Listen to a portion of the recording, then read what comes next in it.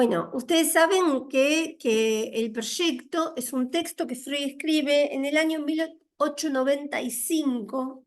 Es una obra considerada pre-psicoanalítica porque, esperen que admito acá gente, ahí, porque el psicoanálisis como tal, vamos a decir, nace con el siglo, nace en el 1900 con un texto que es Interpretación de los sueños, ¿no?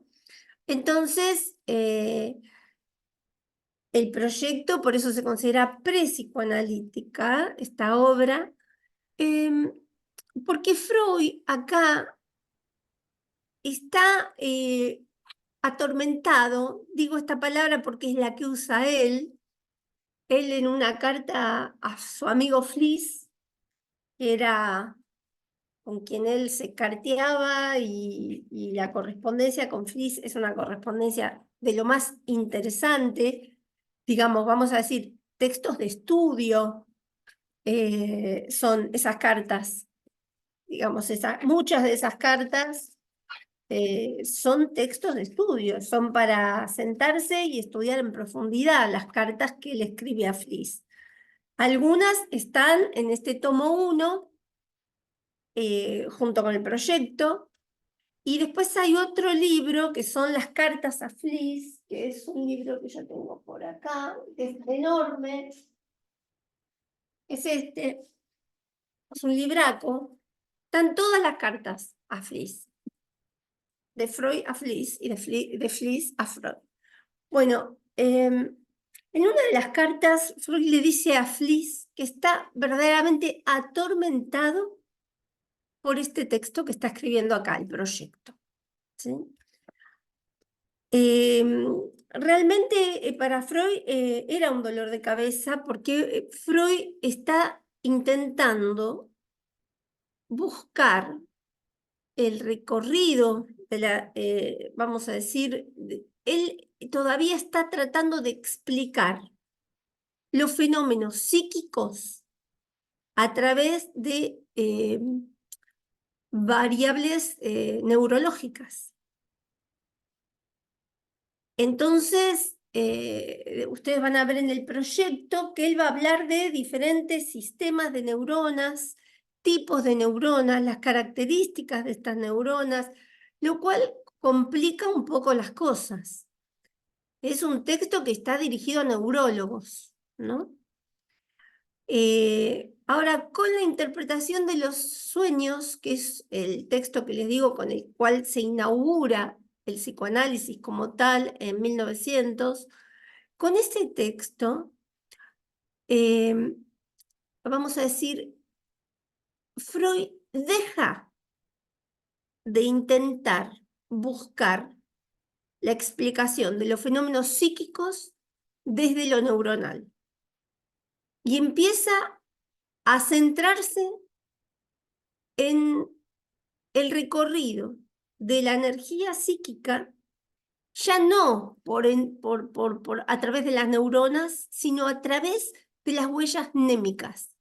Y las huellas mnémicas son psíquicas.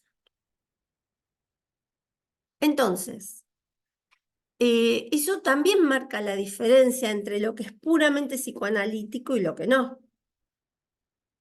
Entonces, en este texto del proyecto ustedes se van a encontrar con un montón de terminología más neurológica. Sin embargo, yo no la despreciaría porque muchos de estos conceptos de acá los va a retomar en la interpretación de los sueños. Nada más que en la interpretación de los sueños, por fin, le va a dar la explicación psíquica, ya no neurológica. Y ustedes saben que este es un texto que Freud no publicó nunca, se decidió a no publicarlo. Este es un texto que se publica en 1950, o sea, tiene una publicación póstuma, vamos a decir. Freud no tenía interés en publicar este texto porque efectivamente él abandona en realidad la pretensión de explicar desde lo neurológico lo psíquico. Por eso es que no lo publica, supuestamente, ¿no? O sea, las teorías son esas, que por esta razón él no lo ha querido publicar, lo tenía cajoneado y no tenía ninguna voluntad de publicarlo. Sin embargo, hay muchas cuestiones que trabaja en este texto tan temprano que sirven y que además de que se traducen en el resto de la obra de Freud y que uno puede ver la génesis de muchos de los conceptos básicos de la obra de Freud, los podemos ver en este texto del proyecto, ¿sí? Acá van a tener algunas cuestiones que son básicas, muy básicas, y que sí me gustaría que tengan muy en cuenta. Miren, fundamentalmente entre la página 362 y 367, son 5 páginas que condensan muchísimas de las cuestiones que nos van a servir a nosotros principalmente para pensar el autismo, ¿sí? Van a encontrarse ahí con lo que Freud llama la vivencia de satisfacción y la vivencia de dolor, la acción específica, la importancia del otro de los primeros cuidados, y el saldo de la vivencia de satisfacción y el saldo de la vivencia de dolor. Entonces, bueno, hoy vamos a hacer un repaso por algunas partes muy importantes del texto de Freud, de este texto, y vamos a tomar principalmente estas dos vivencias fundantes del aparato psíquico. Bueno, como les decía, es un texto donde Freud maneja una hipótesis cuantitativa del psiquismo. Vamos a hablar mucho en términos de cantidad. Para Freud el término de cantidad es muy importante desde el inicio. Ya la vez pasada repasamos un poquito esos textos que les comentaba de 1893, 1896, que son las neuropsicosis de defensa y las nuevas puntualizaciones sobre las neuropsicosis de defensa. En el texto de 1893, Freud, es en el tomo 3, en la página 61, Freud nos iba a decir, nos iba a hablar de el monto de estímulo. Y él decía que todas las hipótesis que él trabaja en estos dos textos que les nombraba recién, donde él... admití, perdón. Listo. Ahí, donde él trabaja una explicación para la neurosis histérica, para la neurosis obsesiva y para la psicosis. Pero él decía que todas estas hipótesis, ¿sí?, que él venía manejando ahí, todas ellas tenían que ver con un principio que él llama una hipótesis auxiliar. Y esta hipótesis auxiliar es justamente la de un monto de estímulo. Él dice un monto de estímulo, una suma de excitación, ¿sí? Y que dice que este monto de estímulo o suma de excitación tiene todas las propiedades de una cantidad.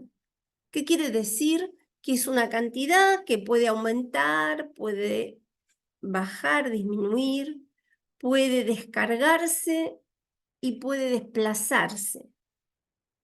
Y puede circular por el aparato psíquico, por las huellas némicas, tal y como circula la energía eléctrica.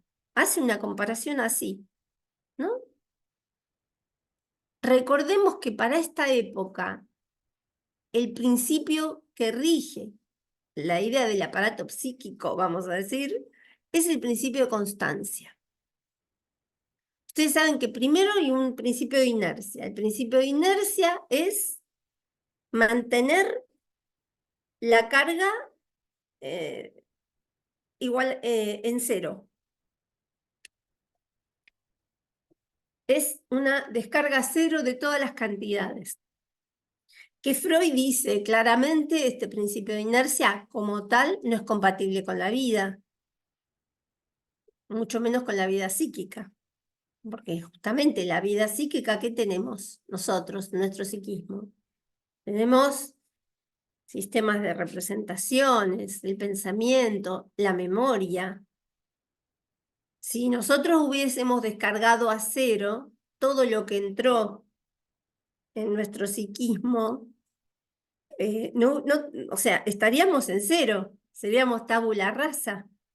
Pero eso es muerte psíquica. Ahí no tenemos ningún tipo ni de huella anémica, ni de nada.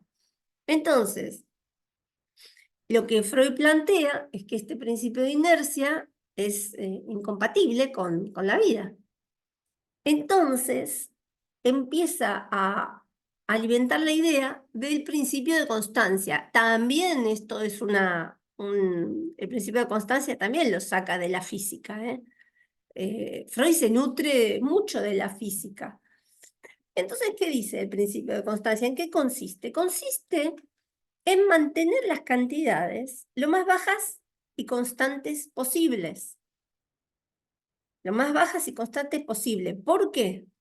Porque un exceso, un pico de tensión en el aparato, sería catastrófico para el aparato.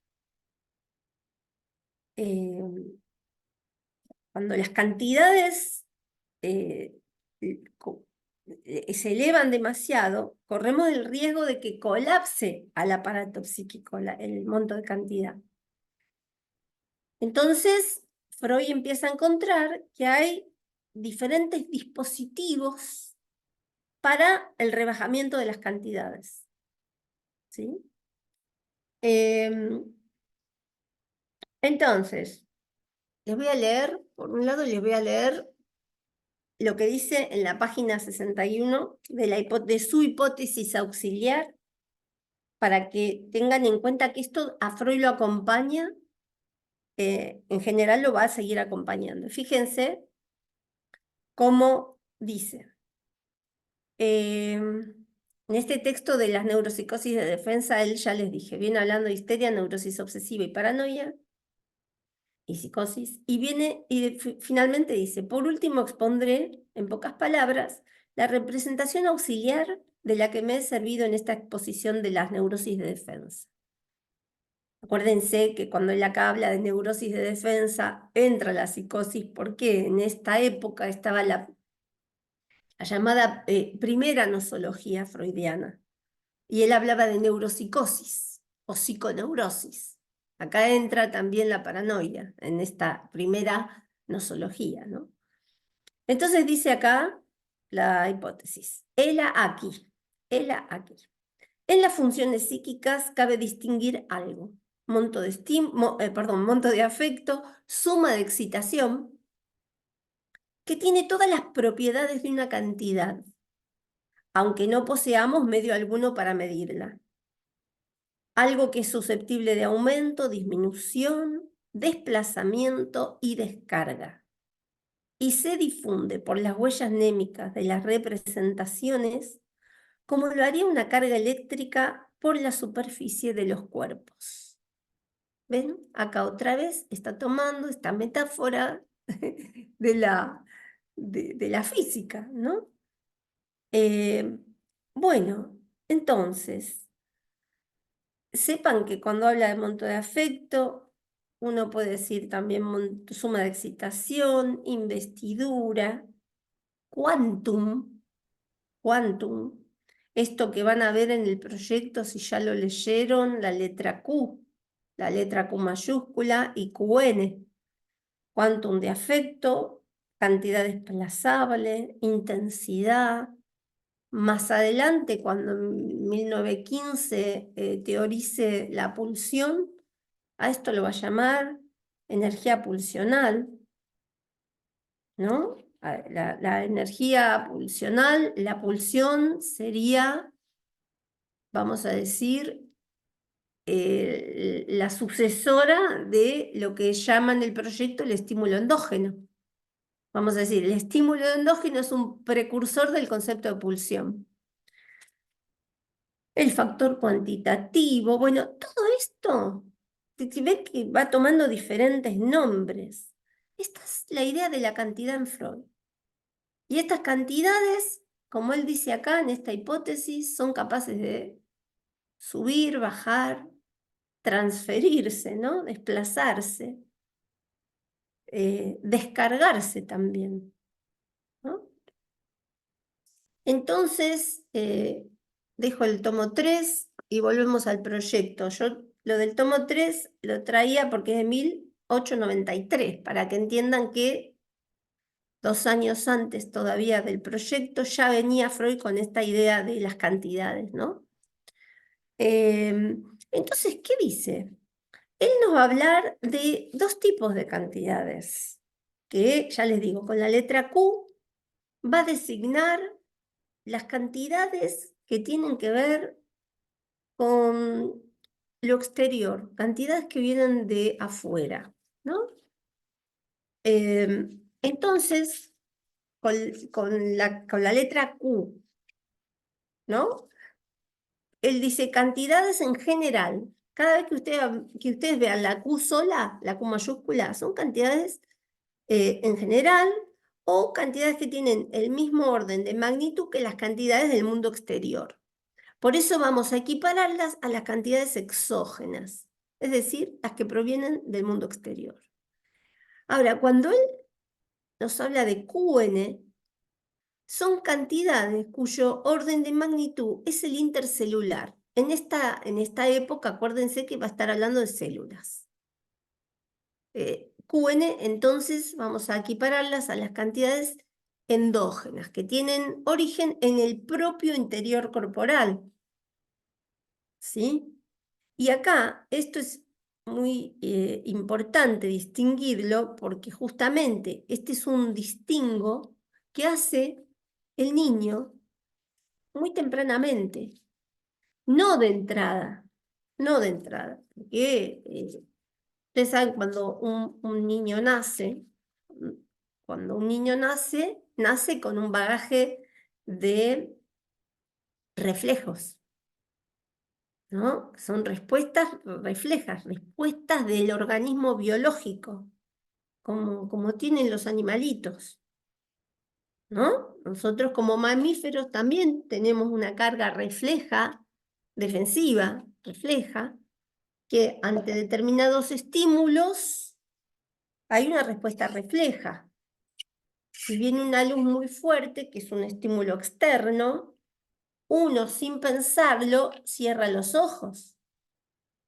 Sin pensarlo. Mismo hay una respuesta refleja en el mismo, en el interior del propio ojo. ¿Cierto? La contracción y la dilatación de la pupila es una reacción refleja a la luz, al incremento, a la disminución de la luz. Entonces, es interesante porque con estos son dispositivos biológicos para desembarazarnos de una cantidad enorme de estímulo, ¿no? Pones la mano en el fuego, automáticamente la sacás ante un estímulo exterior que incrementa las cantidades, es una magnitud de estímulo intensa, hay un reflejo, no es que uno razona y piensa, uy, debo sacar la mano del fuego. No, no, pum, es reflejo. Eso es un dispositivo biológico.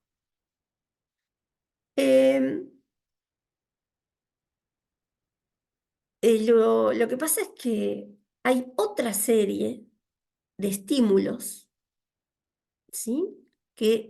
Esos que surgen en el propio interior corporal, esos llamados estímulos endógenos, los que Freud marca con la letra QN. ¿Y qué pasa con estos estímulos endógenos? No podemos desembarazarnos de ellos con las respuestas reflejas. No nos sirven.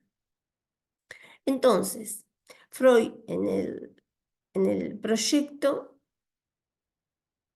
piensa un aparato psíquico que él dice que es un sistema de filtrado de cantidades. Fíjense. Él concibe un aparato psíquico como si fuese un gran colador que debe filtrar, ir filtrando de cantidades mayores hasta convertirlo en una cantidad ínfima, ¿sí? Y luego pasar a ser una cualidad. Entonces, fíjense, ¿no? Es todo para ir desembarazándose de las cantidades. Entonces, ¿qué dice? Por un lado, en esta arquitectura, lo que él llama la arquitectura del sistema de neuronas, por un lado va a encontrar los dispositivos biológicos para desembarazarse de las cantidades exteriores. Y menciona dos, el apartamiento y la descarga. Ay, me olvidé poner el PowerPoint. Esperen que ya les comparto. Compartir pantalla. Ahí está.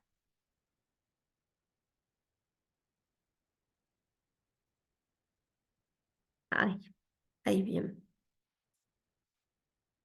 Entonces, les decía, nos habla de estos dos dispositivos.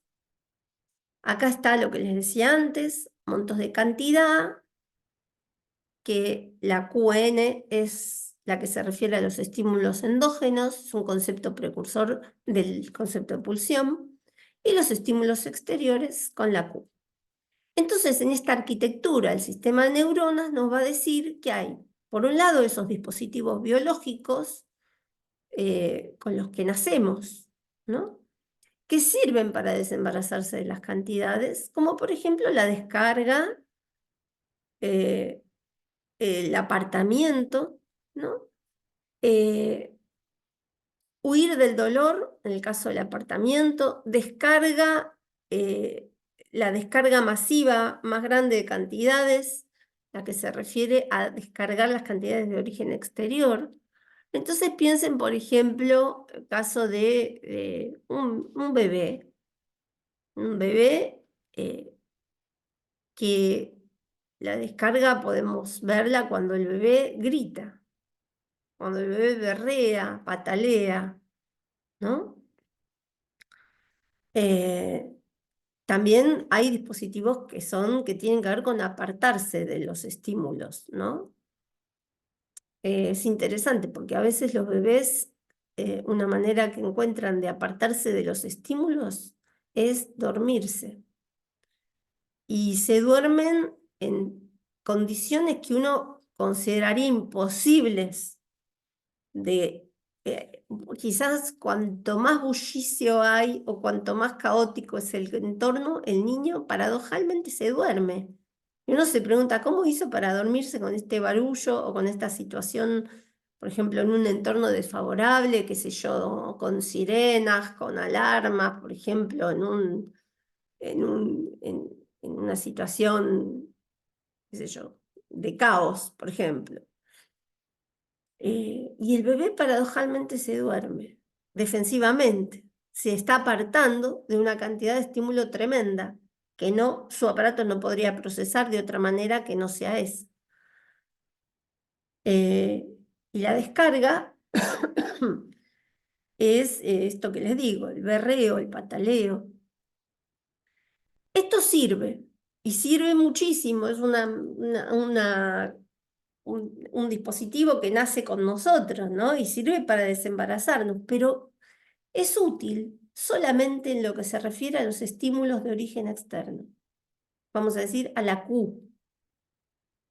Pero cuando lo que ataca es la QN, que son los estímulos endógenos, esos que nacen del propio interior corporal, como puede ser, por ejemplo, el hambre, lo que Freud llama las grandes necesidades vitales. El hambre, la respiración, la sexualidad. Ese es un estímulo endógeno. Frente a este estímulo endógeno, Freud va a tomar acá como paradigma el hambre para dar los ejemplos que va a dar. Pero frente a este estímulo endógeno, por más que procuremos desembarazarnos de él a través de los dispositivos biológicos, como pueden ser la descarga o el apartamiento, no conseguimos nada. Imagínense un bebé con hambre. Sí, es cierto, primero va a gritar, va a berrear, va a patalear, se va a poner morado así, pero si no aparece el otro con el suministro de alimento, el hambre no cesa, por mucho que berree y patalee, o que se duerma. Porque pongámosle que huya de ese dolor, el hambre es una cantidad, es un estímulo endógeno, una gran cantidad, que cuando el aparato psíquico está, vamos a decir, inundado de cantidades, eso equivale al dolor, ¿no? El hambre duele, el hambre duele. Entonces, ¿qué pasa? Cuando aparece este estímulo endógeno, con estos dispositivos biológicos no alcanza. Entonces Freud va a hablar de un segundo tipo de dispositivos, y van a ser los dispositivos que ya no van a tender a descargar totalmente las cantidades, sino que van a ser dispositivos que se van a proponer rebajar las cantidades, rebajarlas simplemente, no descargarlas a cero, sino rebajarlas. Rebajarlas hasta un punto donde no hagan mal, donde ya no haga daño, ¿no? Entonces va a diseñar estos otros dispositivos para el rebajamiento de las cantidades. Y acá es donde aparece todo lo que Freud despliega en este texto como los sistemas de neuronas. Y va a explicar 3 sistemas de neuronas. Sistema de neuronas pasaderas, sistema de neuronas impasaderas o no pasaderas, y sistemas de neuronas percepción. Ahora van a ver los símbolos que utiliza para cada uno de estos sistemas. Bueno, lo interesante de estos 3 sistemas es que trabajan en conjunto, claramente. Y que en conjunto estos sistemas son capaces de transformar, ¿no?, la energía del estado libre al estado ligado. ¿Qué quiere decir? La energía del estado libre es la energía tal y como surge del propio interior corporal. Y es un quantum de energía muy grande. Cuando la energía se liga una con otra, una huella anémica se liga con otra, se empiezan a formar vamos a decir, redes de representaciones.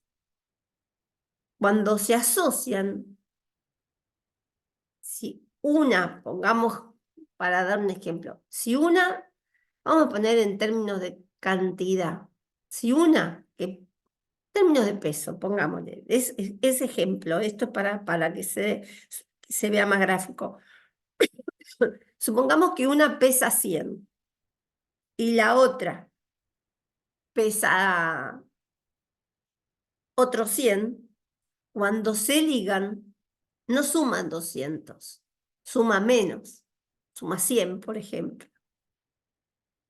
Entonces, la ligadura de la energía implica que la cantidad se rebaja. Cada vez que tenemos algo digamos, nuestro aparato psíquico, algo se liga, eso pesa menos que algo que no se ligó, ¿no?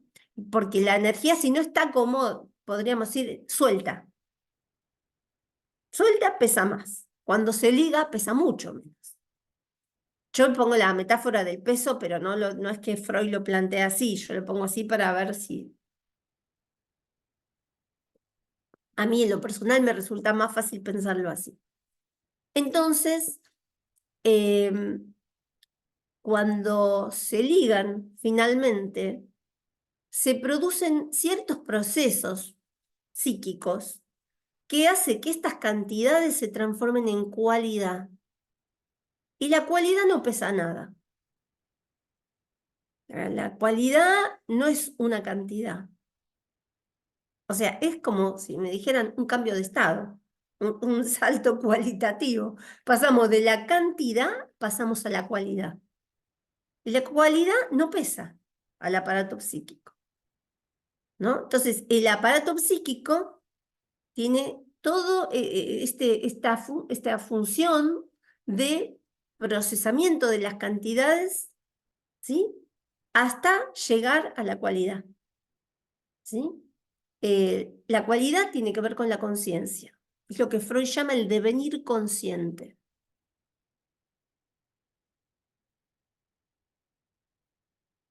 ¿no? Y, en estos dispositivos para el rebajamiento de las cantidades, eh, se va a permitir cierto acopio de cantidades,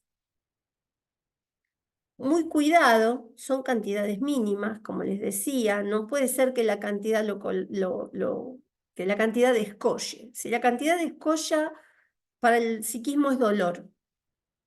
Entonces tiene que procurar un rebajamiento de las cantidades, pero para que haya aparato psíquico, algo de cantidades tiene que haber. ¿Por qué? Porque las huellas anémicas ya son cantidades. Cuando nosotros decimos huella anémica, una huella anémica es una cantidad. Sí, pasa que es una cantidad mínima y que como se va a asociar a otra huella anémica y a un proceso psíquico, va a estar ligada. Cuando está ligada, ya implica un rebajamiento de la cantidad, ¿no?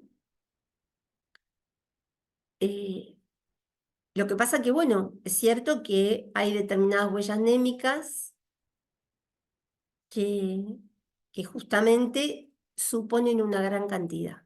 Y esas son las huellas anémicas que sabemos nosotros y que conocemos como trauma, ¿no? Y que se despiertan, ¿sí? Se despiertan en determinado momento de la vida.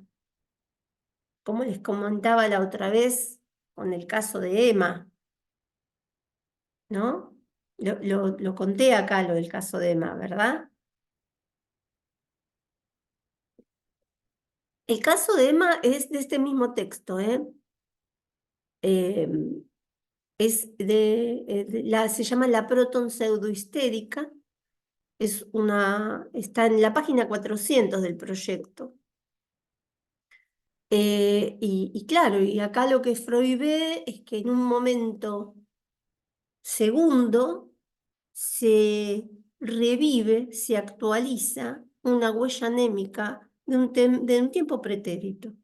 Cuando la niña había sufrido una vivencia sexual prematura, traumática, ¿sí? Que en ese momento no fue traumática, devino traumática a posteriori, ¿no? Y acá también, si se quiere, uno puede pensar que Freud en este texto de 1895 ya nos está hablando con esa palabrita extraña para nosotros que es el Nachtraglich, que significa efecto retardado.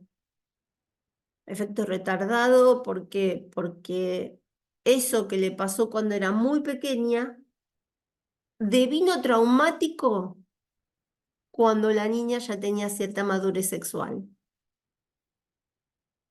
No era un adulto, era una jovencita.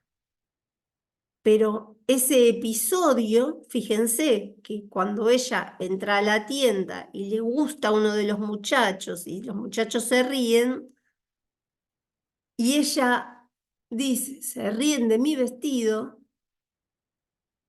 ahí tenemos el elemento de la risa de los muchachos, se conecta con la risotada del perpetrador de cuando ella era pequeña. se ríen de mi vestido es la interpretación que ella hace utilizando un símbolo némico, que es el vestido, porque el perpetrador le había pellizcado los genitales por encima del vestido, a través del vestido, ¿no? Dice. Entonces, vean cómo se actualiza esa huella, ¿sí?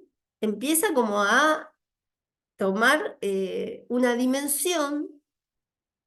La huella claramente, cuando hay algo que sucede, no es que se borra del psiquismo. Entonces, se revive esa huella, a precup, ¿no?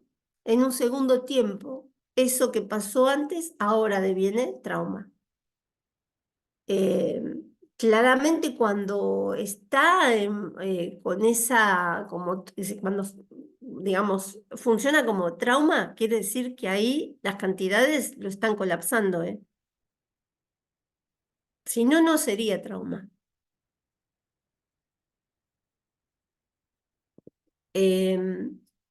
Entonces, bueno, vuelvo a los dispositivos para el rebajamiento de las cantidades. Se permite entonces que las cantidades se acopien, pero en forma mesurada. Que las cantidades, dice Freud, de acuerdo al principio de constancia, tienen que ser lo más bajas y estables posibles. El aparato psíquico no tolera muy bien los picos de tensión, eso no lo tolera. Eh, entonces, en estos dispositivos, justamente para permitir el acopio de ciertas cantidades, va a haber unas resistencias que se van a contraponer a la descarga a cero, ¿sí? Estas resistencias Freud las va a llamar barreras contacto, ¿sí? Como si fueran, se me ocurre, ¿no? Para hacerlo gráfico, no es que Freud lo diga así, ¿eh? Yo trato a veces de pensarlo a mí me cuesta menos si me imagino algo más gráfico, como si fueran unos tabiques, ¿no? Donde se erige un tabique y ahí se detiene un poquito de la cantidad mínima, queda ahí, trabadita con el tabique esa barrera contacto. Porque si no existiera, todo drenaría, como lo que ahora vamos a ver, que Freud, cuando se plantea los tres sistemas de neuronas, hay un primer sistema que se llama sistema pasadero, que deja pasar todas las cantidades. Este es un sistema que tiene una tendencia a la descarga cero, conforme al principio de inercia. Ahora, el sistema que a nosotros nos interesa, que es el sistema psi, se llama así, Freud lo designa con la letra psi minúscula, y es el sistema de las células o neuronas no pasaderas, impasaderas. ¿Qué quiere decir? Que no dejan pasar todo, no descargan a cero. Este sistema de neuronas no pasaderas presentan resistencias que se contraponen a la descarga, para que no todo descargue a cero. Bueno, gracias a que tenemos esos pequeños acopios de cantidades mínimas de huellas némicas, de representaciones, es que se puede dar todo nuestro psiquismo, vamos a decir. Si tenemos un aparato psíquico, si tenemos sistemas de representaciones, y tenemos todo lo que tenemos, y ahora estamos estudiando un texto, memorizando conceptos, empezando a entender conceptos también, es porque hay un sistema funcionando, un sistema de representaciones. Hay un aparato psíquico que está trabajando. Si tenemos una neurosis también, hay un aparato psíquico que está trabajando, porque solamente un aparato psíquico funcionando es capaz de operar un mecanismo psíquico que haga que, por ejemplo, en una histeria, yo paralice el brazo. Ahí hay un sistema defensivo que hace que haya una representación psíquica reprimida y un proceso de conversión. ¿sí? Donde el afecto ligado a la representación va a parar a la representación brazo, y yo paralizo el brazo. Es decir, todos los mecanismos psíquicos es porque hay un aparato psíquico funcionando, es porque hubo un acopio de cantidades mínimas. Bien, entonces acá les presento los sistemas. El sistema pasadero se designa con la letra Phi, Phi de Physis, Phi minúscula. Y por cierto, es un sistema que tiene más que ver con la física que con lo psicológico, porque es este sistema que, digamos, está más emparentado con los dispositivos biológicos de descarga, ¿no? ¿Por qué? Porque es un sistema que, imagínenselo como un tubo resbaladizo por donde entran las cantidades y se drenan. Así como entran 100, salen 100, por ejemplo. ¿Por qué? Porque no presenta nada que se contraponga a la descarga.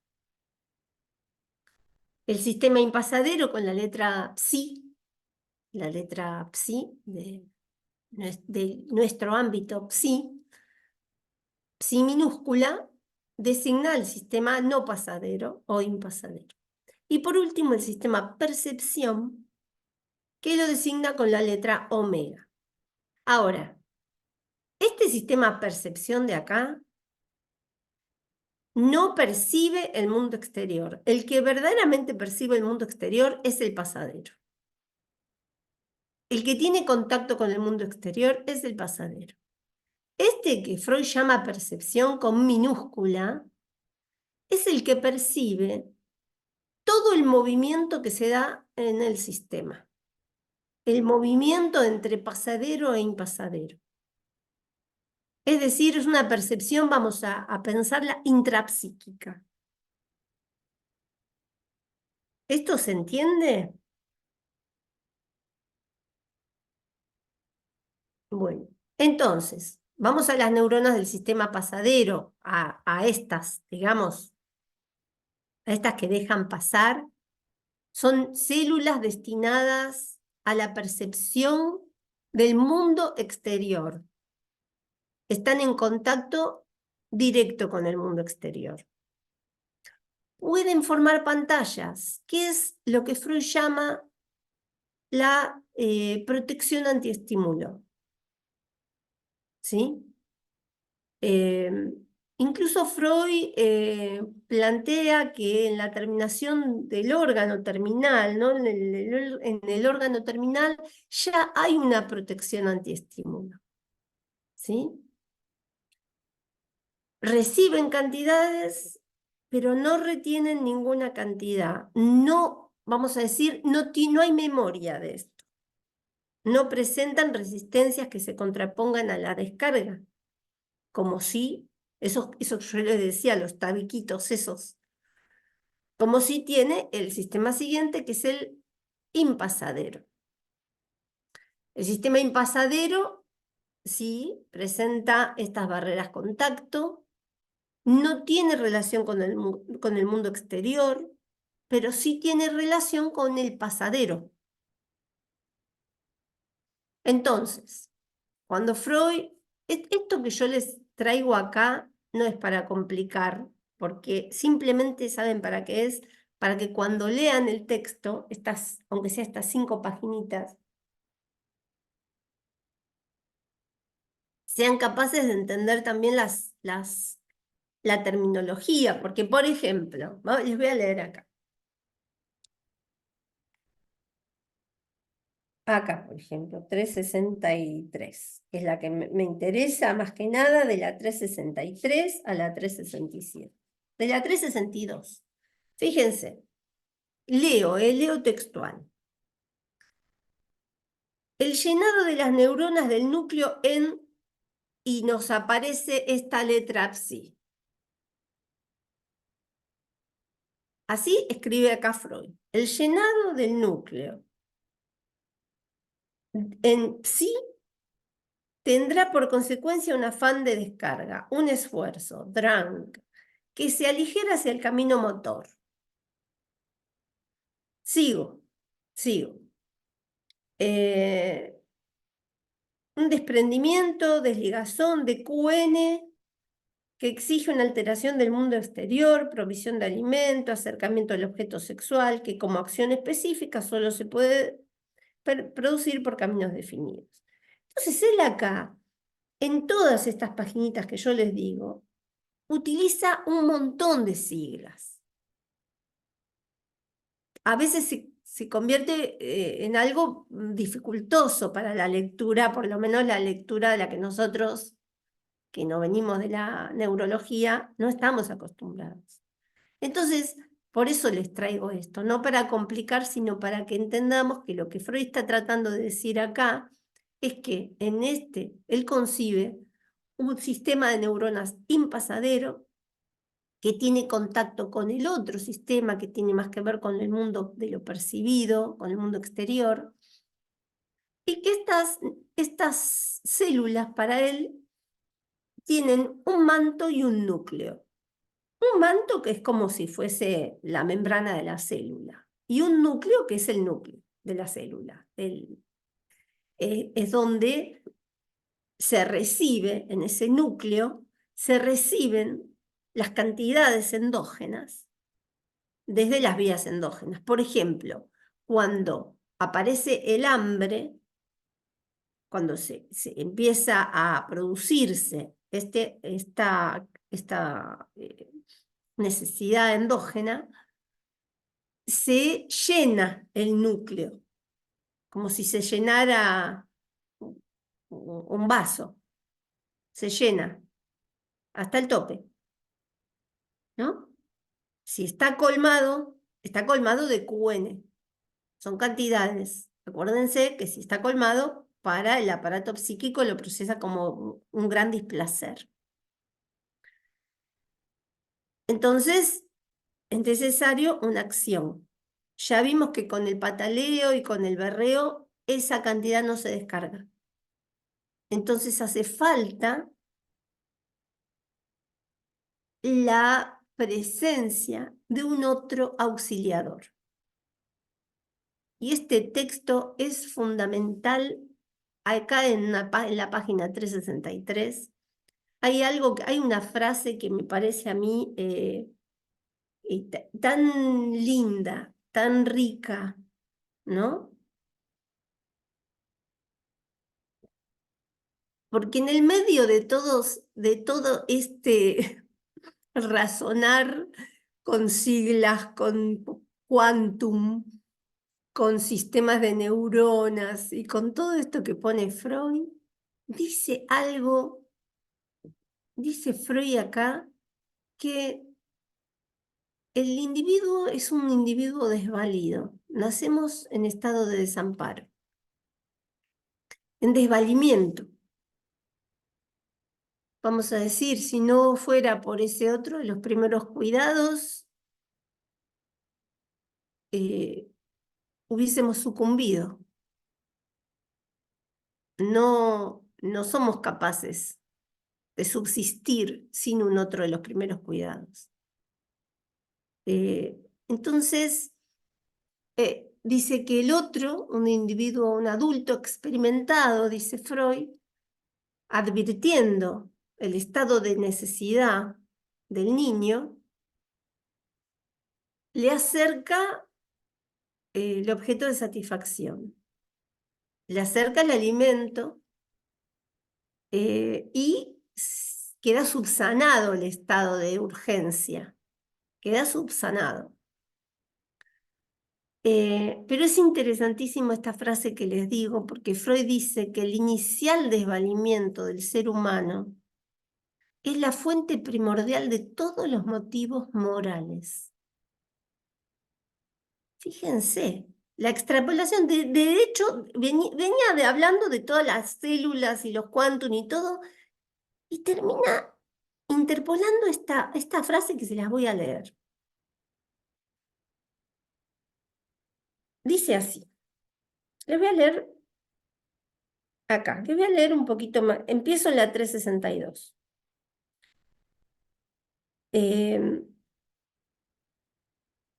El llenado de las neuronas del núcleo en impasadero, acuérdense, estas neuronas del núcleo, se llenan porque sobrevino el hambre. Entonces, el llenado de las neuronas del núcleo en impasadero tendrá por consecuencia un afán de descarga que se aligera hacia un camino motor. Para Freud hay en este sentido, esto lo va a retomar el texto que vamos a ver para la clase que viene, que es la interpretación de los sueños. En la interpretación de los sueños voy a tomar el capítulo 7, porque retoma justamente esto que vamos a trabajar hoy, ¿sí? Entonces,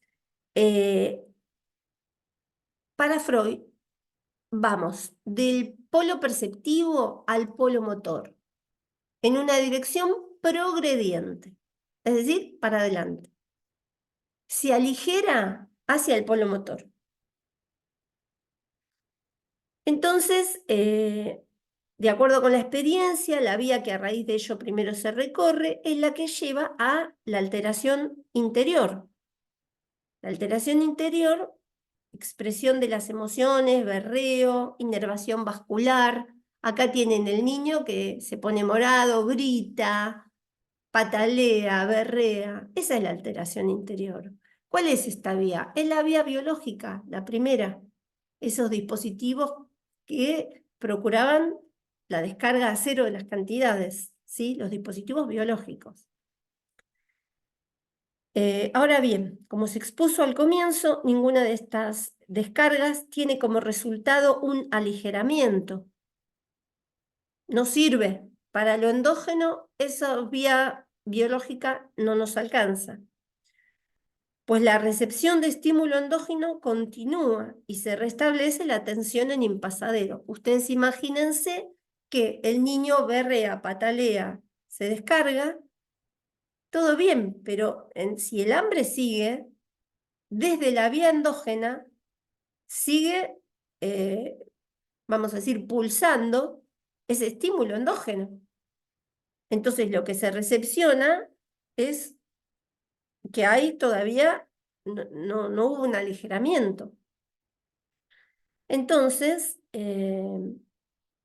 pues la recepción de estímulo endógeno continúa y se restablece la tensión en impasadero. O sea, descarga 10, pero sigue aumentando la tensión. O sea, está siempre con ese mismo nivel de tensión. Entonces, aquí, una cancelación de estímulo solo es posible mediante una intervención que elimine por un tiempo en el interior del cuerpo el desprendimiento desligazón de QN. Es decir, tiene que haber una intervención que por un tiempo, aunque sea, elimine esa tensión endógena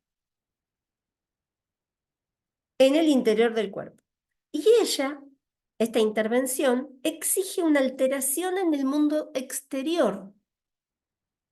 Provisión de alimento, acercamiento del objeto sexual, que como acción específica, y acá les pido que subrayen acción específica, ¿sí? Solo se puede producir por caminos definidos. El organismo humano es al comienzo incapaz de llevar a cabo la acción específica. O sea, uno mismo no se puede autoalimentar, ¿no? Esta sobreviene mediante auxilio ajeno. Este es el famoso auxilio ajeno, la intervención de ese otro, los primeros cuidados. Por la descarga sobre el camino de la alteración interior, un individuo experimentado advierte el estado del niño. Es decir, cuando acá dice descarga sobre el camino de la alteración interior, es decir, cuando el niño llora, cuando el niño grita, o se pone morado, o se pone pataleando y todo excitado, esa es la descarga sobre el camino de la alteración interior. Ahí un individuo experimentado advierte el estado del niño. ¿Sí? Esta vía de descarga cobra así la función secundaria, importante en extremo, del entendimiento. la Verständigung o comunicación. Y el inicial desvalimiento del ser humano es la fuente primordial de todos los motivos morales. ¿Sí? Entonces, un individuo experimentado advierte el estado de indefensión del niño, advierte que sin su intervención el niño sucumbe y remedia ese estado de indefensión por un tiempo, hasta que el hambre vuelve. El hambre vuelve, ¿por qué? Como vimos que era un estímulo endógeno. Ustedes saben que el estímulo endógeno, yo les decía, es un precursor del concepto de pulsión. La pulsión es una fuerza constante. O sea, va a seguir de alguna manera. Eso no es que se va en algún momento a dejar de haber hambre o ese estímulo. Entonces, aparece este individuo auxiliador que tiene que operar el trabajo de la acción específica. Es específica.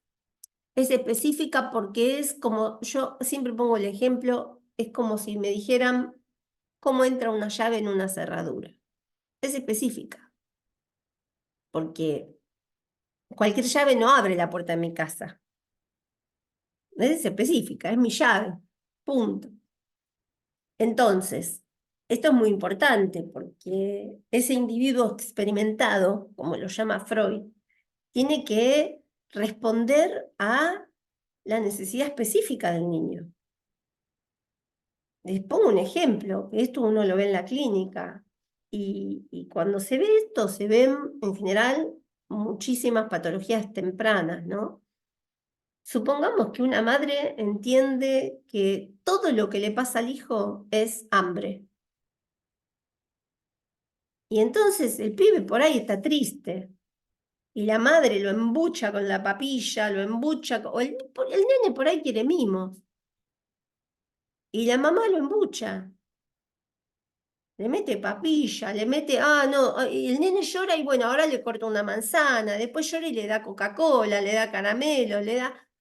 No, porque ahí ella entiende que es la única. Y eso no es una acción específica. Específico es estar atento a los requerimientos, hacer una lectura óptima de las necesidades, ¿no? Entender que a veces hay otras cosas, no todo es hambre, no todo es solucionar esto. Por ahí el niño tiene frío, por ahí el niño tiene necesidad de mimo, quiere upa, tan simple como eso. Pongámosle que el niño quiere upa, quiere estar a upa, no, lo pone en la teta. Por ahí no quiere la teta, por ahí quiere upa. Y por ahí se pone en la teta y el nene juega, pero no tiene hambre. Bueno, esa es acción específica. Tiene que ser específica al requerimiento. Ahí hay un trabajo de lectura, ¿no? Entender a ese niño como un sujeto también tiene que ver con eso, con poder hacer esa lectura y entender que puede venir por otro lado, ¿no? Bueno, y acá, seguidamente, me quería detener un minutito más en esto del entendimiento, esta verstanding, una comunicación, que yo en la primera clase, ¿se acuerdan que les había puesto una listita de operadores, que yo les decía, operadores lógicos, que no lo vemos nosotros, no son observables, pero son inferibles? Uno puede inferir que algo de esto se produjo. Es esa primera comunicación, un entendimiento. Si la madre o el otro auxiliador pudo hacer esa lectura, pudo cumplir en esa acción específica, de la cual el niño no podía por sí mismo, entonces empieza a producir entre ese niño y ese adulto esta llamada Verständigung, este entendimiento, ¿no? Una primera comunicación. donde uno podría pensar esta frase tan enigmática, ¿no? Que el desvalimiento del ser humano es la fuente primordial de todos los motivos morales, como, como que aquel individuo auxiliador en otro tiempo también fue desvalido y también recibió el auxilio de otro auxiliador, ¿no? Entonces, me, a mí me parece una frase exquisita en este texto que es tan, tan complejo, me parece una frase exquisita, ¿no?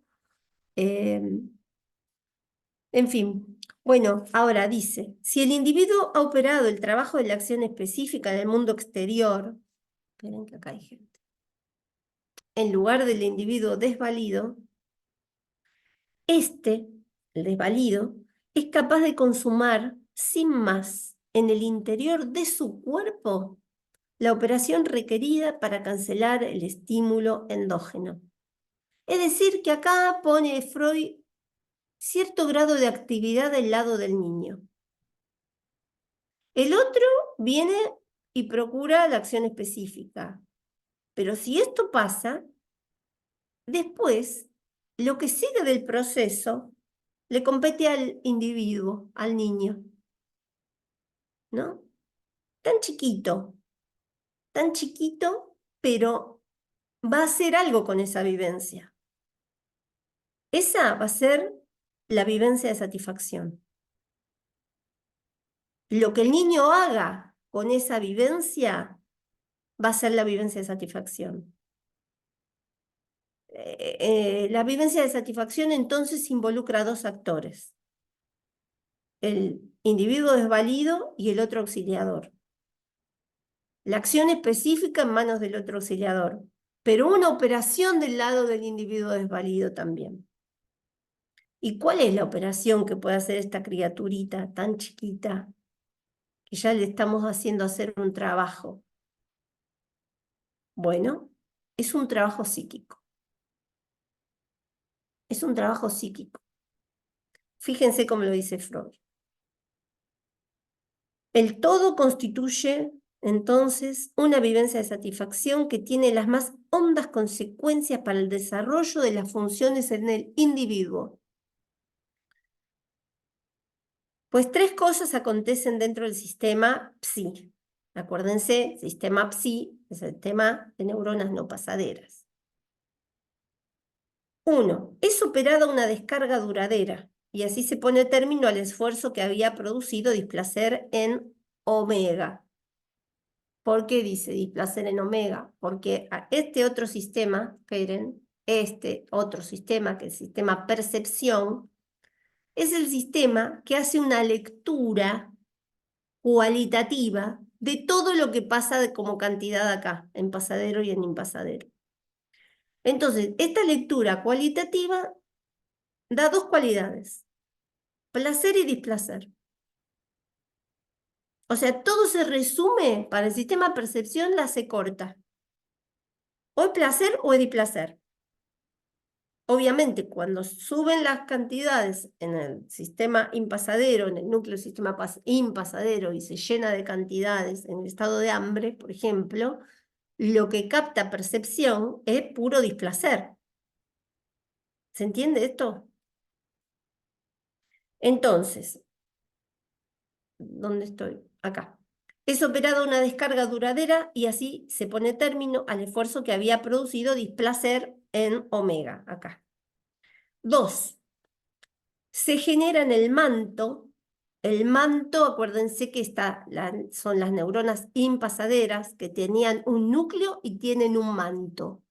El manto es como si me dijeran la membrana de la célula. Se genera en el manto la investidura de una neurona o de varias que corresponden a la percepción de un objeto. Y acá uno tendría que empezar a pensar, el manto es lo que sí tiene relación con el sistema pasadero, que es lo que viene de la afuera. Y acá ustedes piensen que el niño, por ejemplo, ve el objeto pecho. Cuando ve el objeto pecho, la información de pasadero pasa a impasadero, un cociente, no toda la cantidad, sino un cociente mínimo de cantidades, y en el manto se fija ese objeto pecho. Una imagen, una huella anémica visual del objeto pecho. Y 3, a otros lugares del manto llegan las noticias de descarga del movimiento reflejo desencadenado inherente a la acción específica. Es decir, a otros lugares del manto llega que hubo un movimiento de succión, que la boquita se empezó a mover para succionar, que pasó algo por la tráquea,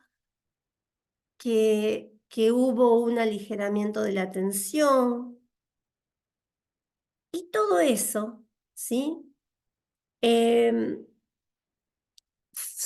Con todo eso se forma lo que se conoce como facilitación. Y la facilitación es una ligadura. Es decir, ahí fíjense todo lo que se liga. Se liga, primero, lo que pasa a nivel del núcleo, el llenado. El núcleo está repleto de cantidades. Eso se liga.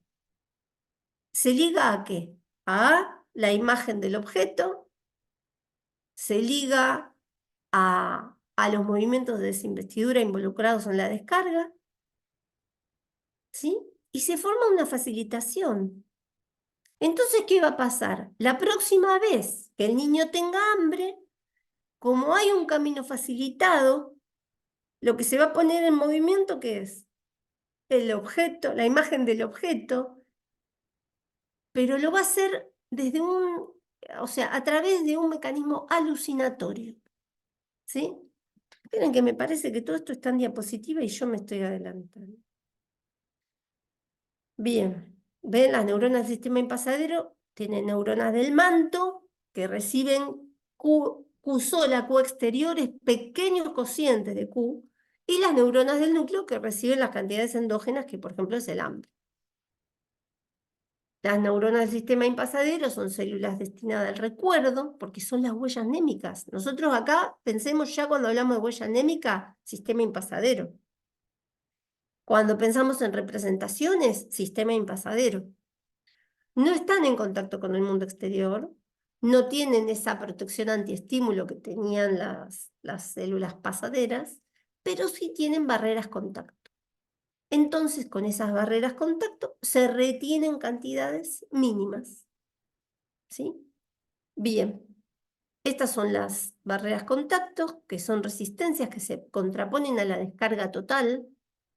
Se descarga, pero no todo. Hay que admitir cierto acopio de cantidad y se lo admite para tramitarlo, para que entre estas huellas se produzca una ligadura.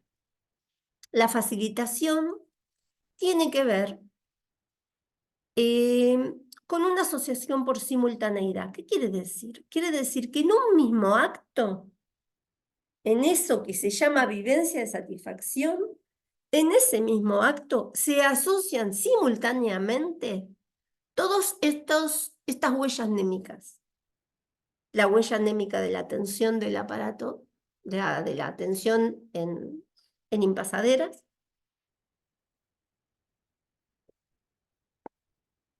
Para decirlo más fácil, la huella anémica del hambre. La huella anémica de esa necesidad endógena. Se asocia simultáneamente con la imagen que había sido percibida, visual, la imagen del objeto de satisfacción, con los movimientos de desinvestidura asociados a la descarga. ¿Sí? Todo eso se asocia y se produce entre estos puntitos que se asociaron, que se ligaron, una facilitación. Entonces, se sortean las resistencias de la barrera de contacto. ¿Por qué? Porque pasado cierto umbral, ¿sí? Esto lo explica Freud, que es como si fuese un vaso. El vaso se llena hasta acá. Cuando excede, rebasa para el otro vaso siguiente. Estábamos hablando de vasos comunicantes, ¿no? La hipótesis es esa. Bien. Freud lo que dice es que gracias a los distingos entre las facilitaciones existentes se constituye la memoria. Bien, las neuronas del sistema percepción, que son las omega, son neuronas solamente perceptoras, pero no perciben el mundo exterior, sino que perciben el propio interior, lo que sucede en el aparato anímico. Son incapaces de recibir cantidades, ni Q ni QN. Solamente lo que ellas perciben es el periodo de excitación en el aparato psíquico. Vamos a decir, el trabajo de las vecinas. Ellas captan el periodo, el trabajo que hay entre sistema pasadero y sistema impasadero. Entonces hacen como una lectura cualitativa. Y de todo ese trabajo, ellas dicen placer o displacer. ¿Esto es placentero o esto es displacentero? Lo único que acusan es eso. Y esto es lo que aparece en la conciencia como cualidad, que más adelante lo van a ver como cualidad consciente. Entonces acá ya hay una primera, vamos a decir, antítesis entre cantidad y cualidad. Huella anémica y conciencia. Y Freud lo dice tanto acá como en el resto de toda su obra. Huella anémica y conciencia se excluyen. No coexisten en el mismo momento. Memoria y conciencia se excluyen. No hay cantidad y cualidad. La cualidad es un fenómeno, un epifenómeno de todo lo que pasó dentro de lo que era el plano de las cantidades, ¿sí?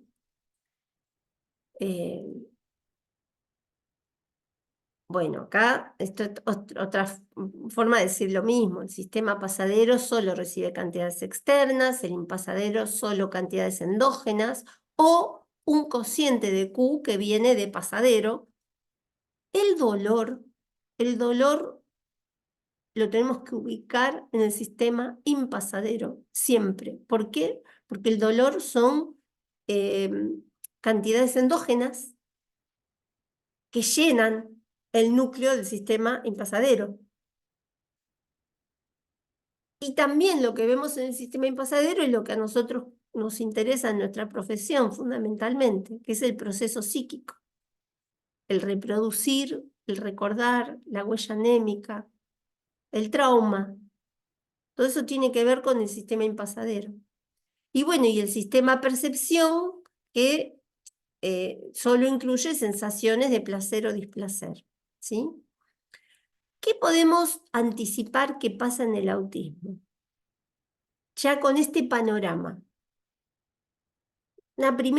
Esto es como una primera lectura. Podríamos pensar que hay una falla en el filtrado de las cantidades, como que este colador, que estos dispositivos para el rebajamiento de las cantidades, algo no terminó de filtrarse, ¿no? Entonces aparece el sistema impasadero como rebasado de cantidades, como demasiado al tope las cantidades, ¿no? Si no hay cantidades, no hay periodo. ¿Por qué? Vuelvo para atrás un minutito, por esto. Este sistema percepción capta el periodo. ¿Qué significa que capta el periodo? Que el periodo tiene que ser como si me dijeran, ¿vieron los ecualizadores que marcan como un gráfico de que el sonido sube, baja, ¿no? Ese dibujito que se va moviendo, algo así. Ahora imagínense que un ecualizador tiene que captar un sonido tremendamente fuerte y constante.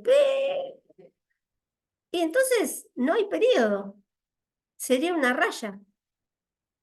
Sería todas las barritas llenas por el mismo nivel, no habría movimiento. Y si no hay ese periodo, no hay cualidad consciente. No deviene el fenómeno de conciencia como tal. ¿Por qué? porque si no hay periodo, seguimos en terreno de las cantidades, ¿no? Entonces, una de las hipótesis es que en el autismo el sistema impasadero sigue a tope con las cantidades. Por eso no hay periodo. Como que entre impasadero y el sistema omega, que es ese sistema que percibe todo lo que pasa en impasadero y en pasadero, no arroja fenómeno de conciencia, porque hay ausencia de vasos comunicantes, ¿no? Entonces, tendríamos que pensar que si las cantidades lo colapsan todo, estaríamos en el terreno de lo traumático, en el terreno del dolor. Y, y bueno, y si todo queda en el terreno de las cantidades, ¿sí? Vamos a decir, de las huellas némicas, vamos a tener un fenómeno que uno también lo puede ver en muchos chicos con autismo, que es que todo es memoria,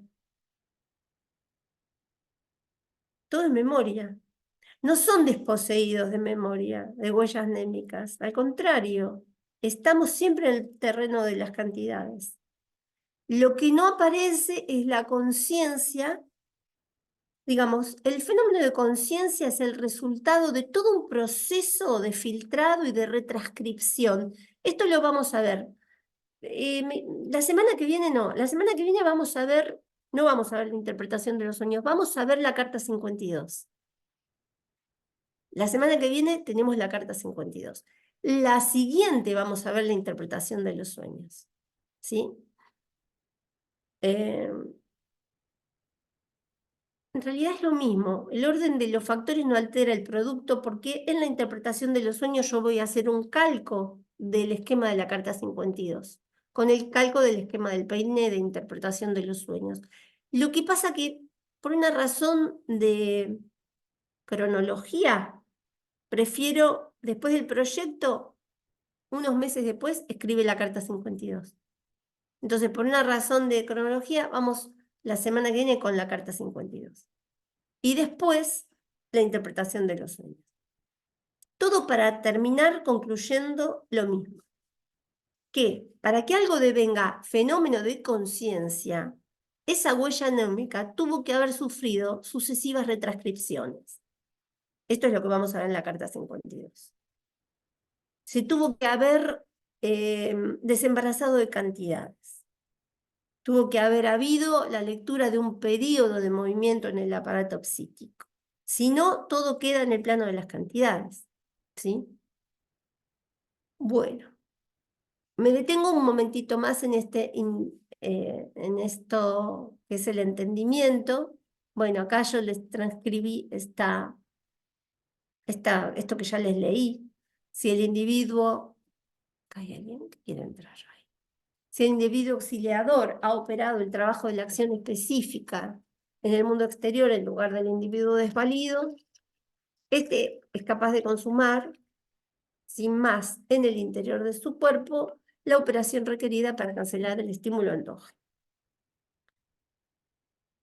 Acá tenemos las dos vivencias fundantes, la vivencia de dolor y la vivencia de satisfacción.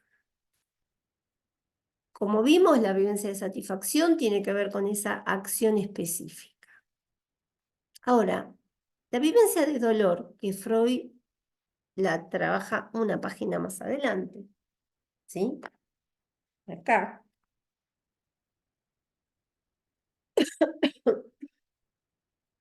En la 364, ¿sí?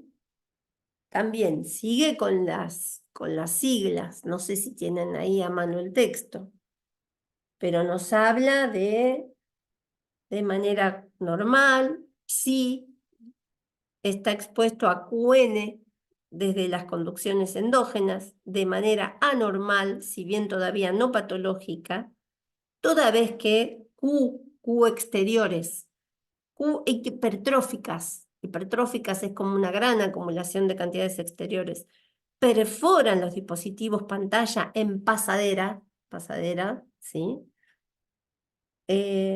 O sea, en el caso de dolor, ¿sí? El dolor produce en impasadera un gran acrecentamiento de nivel que es sentido como displacer por omega. Ven que con la clave que yo les di al principio se puede por ahí quizás entender mejor la lectura de esto, ¿no? Una inclinación de descarga que puede ser modificada según ciertas direcciones, y una facilitación entre esta y una imagen recuerdo del objeto excitador del dolor, ¿sí?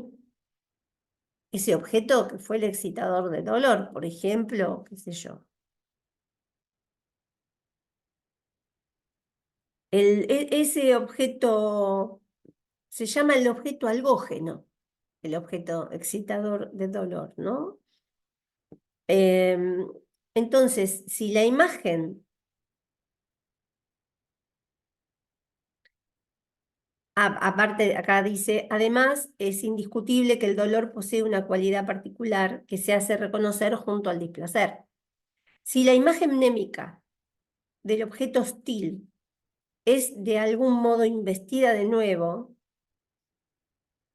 eh, por nuevas percepciones, ¿no? Se establece un estado que no es dolor, pero tiene semejanza con él. Ese estado contiene displacer y la inclinación de descarga correspondiente a la vivencia de dolor. Qué interesante. ¿Por qué? Porque, por ejemplo, ¿vieron ese refrán que dice que se quema con leche, ve una vaca y llora? Bueno, ya está, te quemaste una vez con leche. No es pero todo lo que te recuerde a aquello que te produjo dolor, dispara, ¿qué dispara? Una defensa, una tendencia a querer huir de eso, de ese recuerdo. Entonces, en el caso Emma, se encontró con algo que le despertó el recuerdo de esa huella anémica, ¿no? Y se puso lo que se puso ahí en juego, ahora es un mecanismo de defensa. Un mecanismo de defensa, ella en adelante no pudo entrar más a una tienda sola. Esa fue su neurosis. Su mecanismo de defensa fue ese, ¿no? Esto tiene que ver con que si hay un mecanismo de defensa, un mecanismo psíquico, ¿no? De defensa, es porque hubo en algún momento primario esta vivencia de dolor. Porque el saldo de la vivencia de dolor es la defensa primaria. Como si es el resto que queda de haber vivido una vivencia de dolor. Ahora, la vivencia de dolor, pensémosla en el origen junto a la constitución del aparato anímico. Casi es lo que pone en movimiento el aparato anímico, porque esa cantidad endógena, en un principio, configuró dolor. ¿No es cierto? Puso en funcionamiento el aparato psíquico. Y por su parte, el resto de la vivencia de satisfacción es el deseo. ¿Por qué? Porque cuando se produce esta vivencia de satisfacción,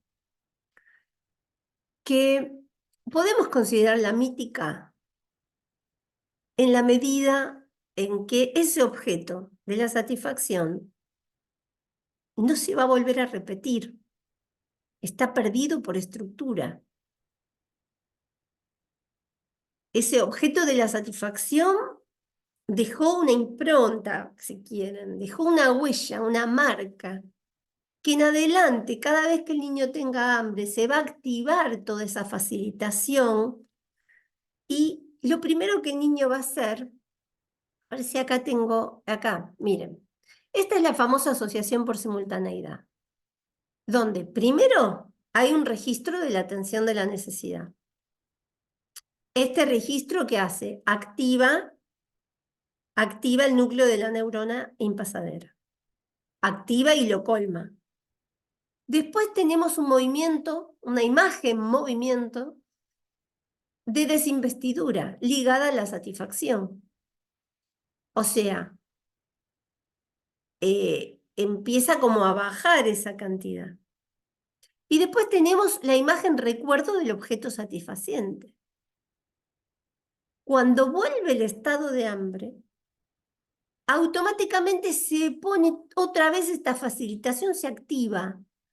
Y se activa la imagen del objeto, la imagen del movimiento de desinvestidura. Y ustedes ahí tienen un bebé que está succionando y chupeteando en el vacío y no hay pecho todavía. O que ustedes ven que el niño está como mira y tiene como una expresión beatífica, ¿no? Que uno puede ahí percibir casi como que el niño lo está viendo al objeto de satisfacción y todavía no está el objeto ahí. Esa es la alucinación. Porque, y acá tenemos perdida ya la vía biológica.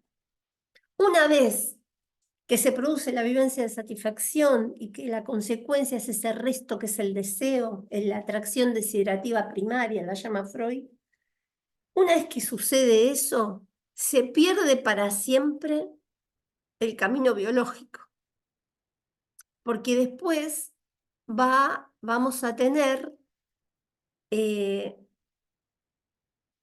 esta posibilidad de recrear alucinatoriamente la satisfacción. Ven que esto ya no tiene nada que ver con lo biológico, porque acá ya no es progrediente, ¿eh? Ya no es polo perceptivo, polo motor. Ahora hay algo que es regrediente.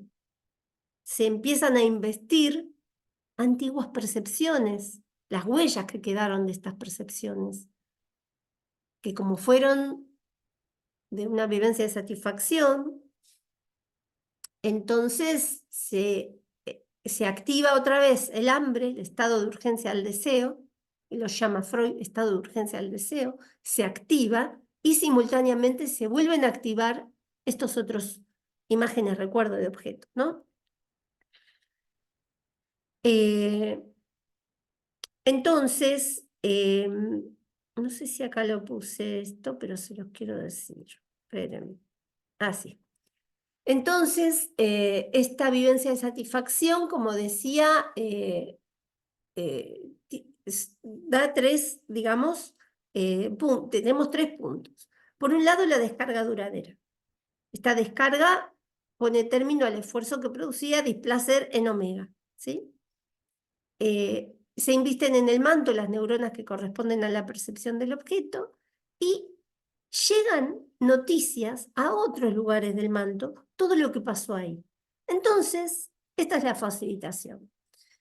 Como les decía, para resumir, el saldo de la vivencia de satisfacción es el deseo, pero ¿qué pasa? Cuando se reactiva el estado de urgencia del deseo, se reactivan a su vez los dos recuerdos involucrados en la satisfacción, ¿sí? La imagen objeto de desinvestidura y la otra, y se produce esta alucinación, en la cual el niño alucina al pecho que lo satisface. La macana es que por mucho que alucine, tampoco se satisface. Porque uno, si no, viviríamos alucinados. Pero la alucinación no produce esa satisfacción. Entonces, se produce lo que Freud llama el desengaño. El niño pronto se desengaña, pronto, bastante pronto se da cuenta que esa facilitación, cuando se activa vamos a decir, esas ligaduras, esa facilitación psíquica, va a tener que coincidir en adelante con la percepción directa del objeto en el exterior. Y esto es muy importante.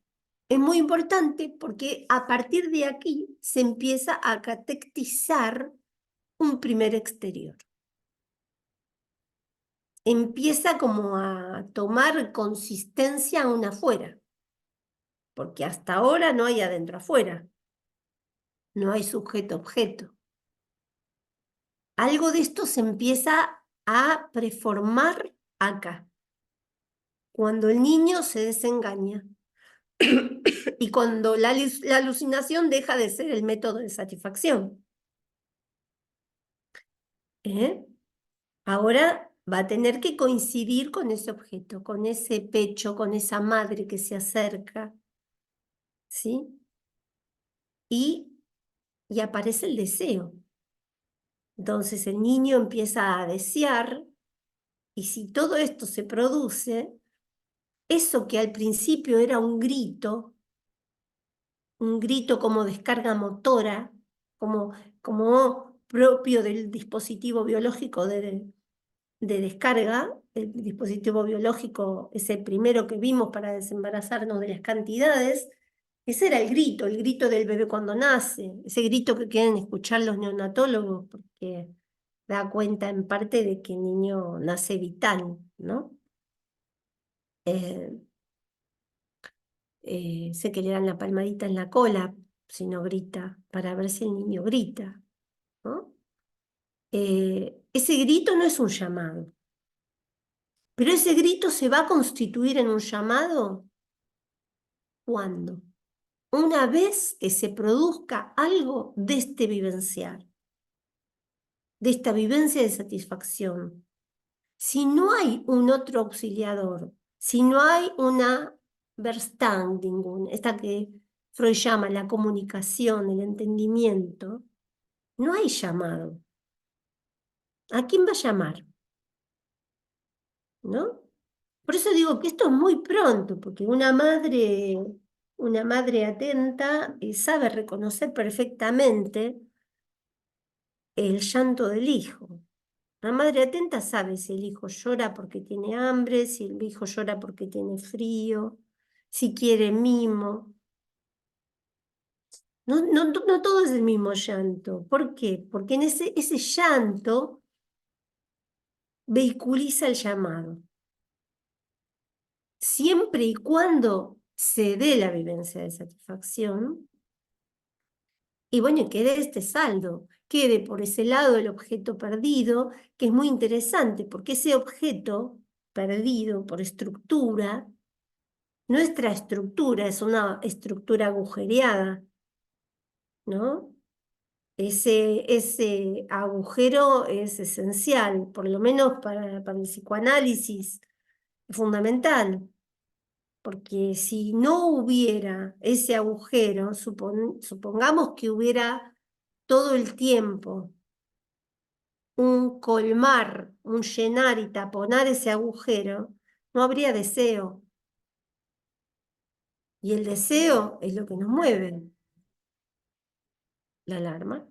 El deseo es lo que nos mantiene vivos. Y el deseo, cada uno de nuestros deseos, tiene que ver con un objeto perdido. Un objeto, como dice Freud, siempre buscado pero jamás hallado. Por eso es un motor el desear, ¿no? Bueno, terminamos con la evidencia de dolor. Esto yo ya lo dije, que lo que pasa, así como en la evidencia de satisfacción, pasaban tres cosas en la evidencia de dolor también, ¿no? Primero que nada, se siente en omega un gran displacer. Luego una inclinación a la descarga y una facilitación entre la descarga y la imagen recuerdo del objeto algógeno, o sea, el objeto hostil. Ese objeto hostil que nada más que verlo puede despertar nuestro mecanismo de defensa. Aunque ahora no tendríamos por qué tenerle miedo a ese objeto, porque quizás ese objeto fue peligroso en un tiempo pretérito. Pero, sin embargo, el mecanismo de defensa, la defensa que se pone en juego acá, que es esa defensa de rechazo primaria, hace que se ponga en juego todo, como si fuese una reacción en cadena, se empieza a poner en movimiento toda la defensa. ¿Vieron? Bueno, el dolor pone en movimiento tanto al sistema pasadero como al impasadero. Para el dolor no existe ningún impedimento de conducción. Es el más imperioso de todos los procesos. Las neuronas sin pasaderas parecen así pasaderas para él. Acá quiere decir Freud es que el dolor atraviesa como un rayo. Cuando hay dolor, no se puede procesar nada. Si uno está en pleno dolor, en un dolor absoluto, un dolor tremendo,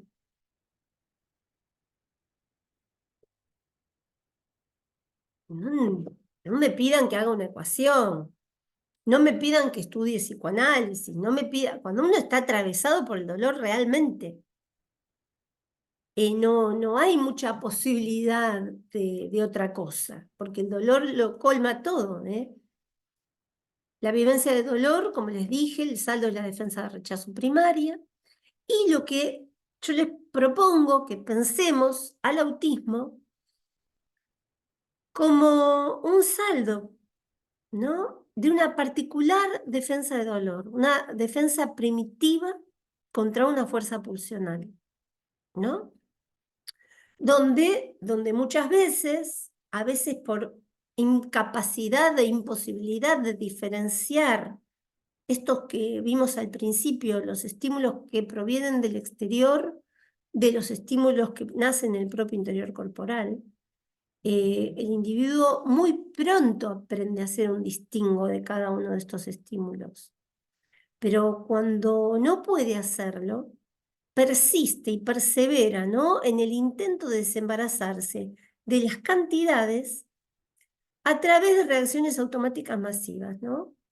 Entonces, se aleja de la posibilidad de tramitarlo psíquicamente y pretende desembarazarse de estímulos endógenos como si estos fuesen estímulos exógenos. ¿Vieron? Esta es, acá les estoy tirando como por primera vez una hipótesis como para que sigamos trabajando a lo largo de la cursada. Bien, acá terminamos con el video. Bueno, yo espero que haya, es un texto muy difícil, traté de hacerlo lo más esquemático posible. Lo que vamos a tomar de este texto son las vivencias de satisfacción y la vivencia de dolor y el resto de cada una de ellas. Bueno, no sé si quieren hacer algún comentario, alguna pregunta.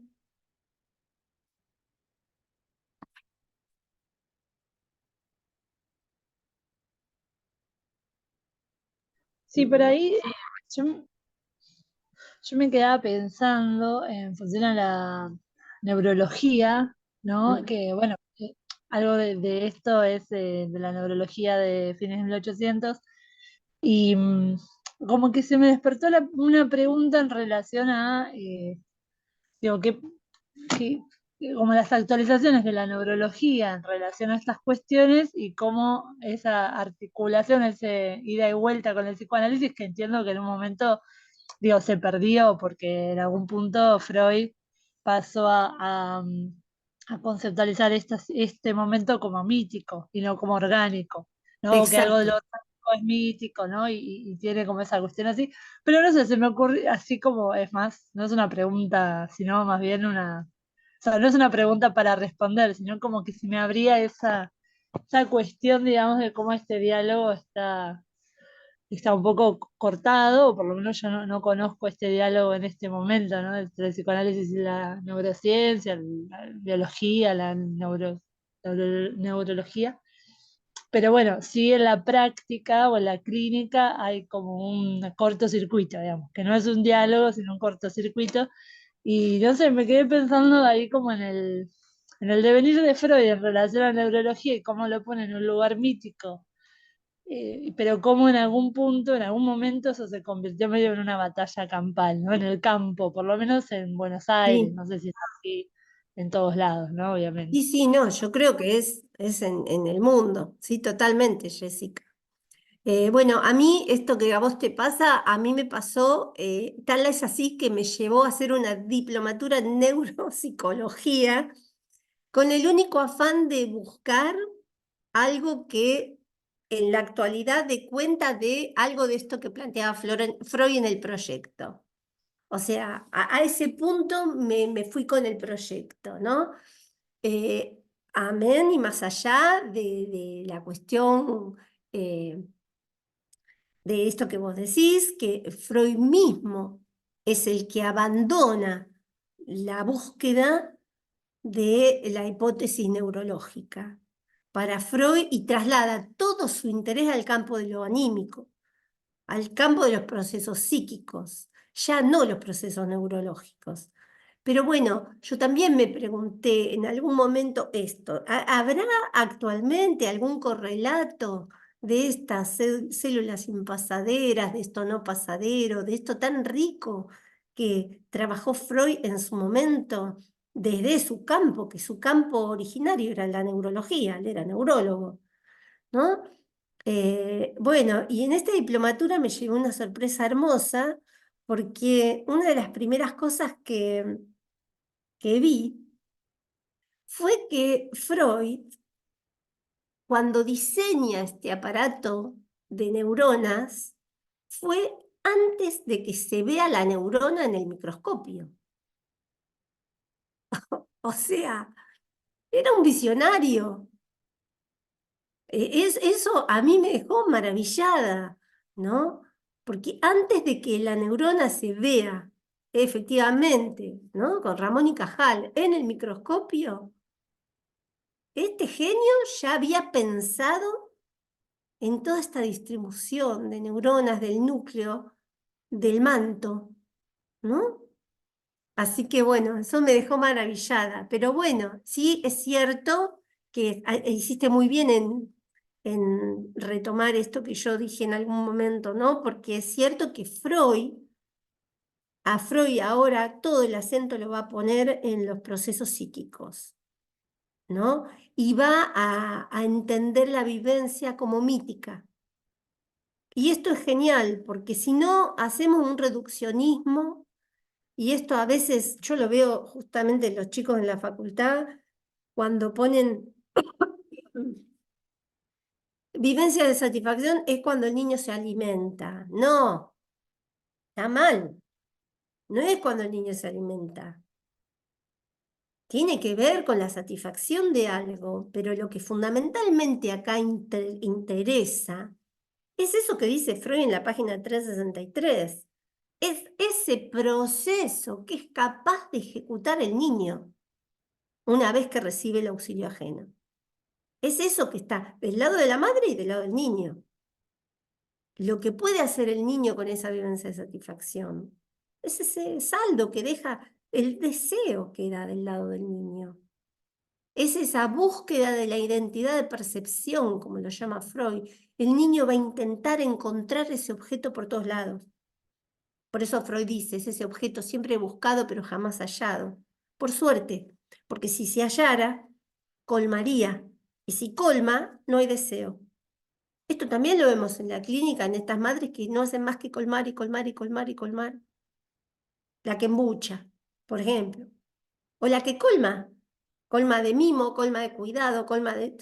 Colmar, vamos a decir, como dice Lacan, a veces la madre tiene que ser lo suficientemente mala. No solo la mano de lo suficientemente buena, como decía Winnicott, sino que tiene que haber algo que no lo colme todo. No que sea mala, sino una madre que tenga algo aparte del niño. Porque si el niño lo colma todo, si esa madre no tiene aparte del niño algo, por ejemplo, un amor, una pareja, un interés, un objeto, como puede ser yo, algo que la cause, aparte del niño, ¿no? Y si no, del lado de la clínica esto lo vemos como algo bastante patológico, ¿no? Madre donde el niño lo es todo. Y uno justamente lo que intenta en esos casos es empezar a hacer surgir del lado de la madre algún otro objeto de deseo, ¿no? Porque si no el niño viene a taponar algo en ella y ese niño ahí no es sujeto, es objeto. Y acá, si quieren, Pasa que ya es otra lectura, pero es más lacaniana. Tienen las dos notas sobre el niño, ¿sí? Tienen la conferencia en Ginebra, en la CAM, pero nos advierte de los peligros de todo esto, ¿no? Me pareció ver la mano de Walter en algún momento. Walter, Sí, ¿querías decir algo? sí, algo que ya acabas de decir, Ah, ¿tá? Que es lo de Lacan, ¿tá? ¿Mm? bueno, Cuando, bueno, cuando está el tema del estadio del espejo, el reconocimiento, pero también si me puedes perder, ¿tá? tal cual, ¿Mm? Y tal lo cual. otro, y lo otro que quería hacer es un comentario, pero va a ser incompleto. Si yo entendí bien a la compañera anterior, como que no había una relación entre psicoanálisis y las neurociencias. Y acá va lo del comentario incompleto. En la facultad de la UDELAR, ¿tá? Hay un docente investigador que trabaja en la relación de psicoanálisis y neurociencias. La información es a mitad porque no sé exactamente qué trabajo ha producido. Ajá. Sé, ¿tá? Incluso sé el nombre de él, pero no sé exactamente, ¿tá? qué, qué ha producido con eso. ¿Tá? O sea, lo sé, digamos, como a título informativo nada más. Voy a ver si puedo averiguar y si averiguo algo más, comento en la próxima. Sí, sí, hay otros autores también, gracias, sí, tráelo porque es muy interesante. Tienen a otros autores que trabajan esto de psicoanálisis en neurociencias, como Anser Met, eh, que también Ah, sí, trabaja, tiene un libro que se llama A cada cual su cerebro, que exacto, también sí. pueden también, eh, digamos, ir por ahí, ¿no? Pero bueno, sabemos que desde lo que es, como dije en una de las primeras clases, ¿no? El polo más hegemónico tiene que ver con desestimación, la desestimación del psicoanálisis. En realidad, en pro de las neurociencias, como si acá se tratara de un versus. Eh, Sabemos que los versus nunca conducen a nada bueno. En realidad, eh, más que nada me parece que hay que sortear de manera productiva los versus. Eh, Así que bueno, parece que aparte es interesante leer los enlaces, los puntos de enlace, ¿no? Bueno, terminamos. Nos vemos la semana que viene y acuérdense, vamos a ver la carta 52 que también está acá en el tomo 1. En el tomo 1 tenemos la carta 52, ¿eh? Vamos a hacer un estudio de ese texto que es hermoso también. Bueno, bueno, un beso para Muchas todos y gracias, todas. Julia. Chao, buena semana. Muchas Buena semana. Chau, chau. buena semana. Hasta Chao, luego. Chao, buen fin chao. de- Chao. Chao.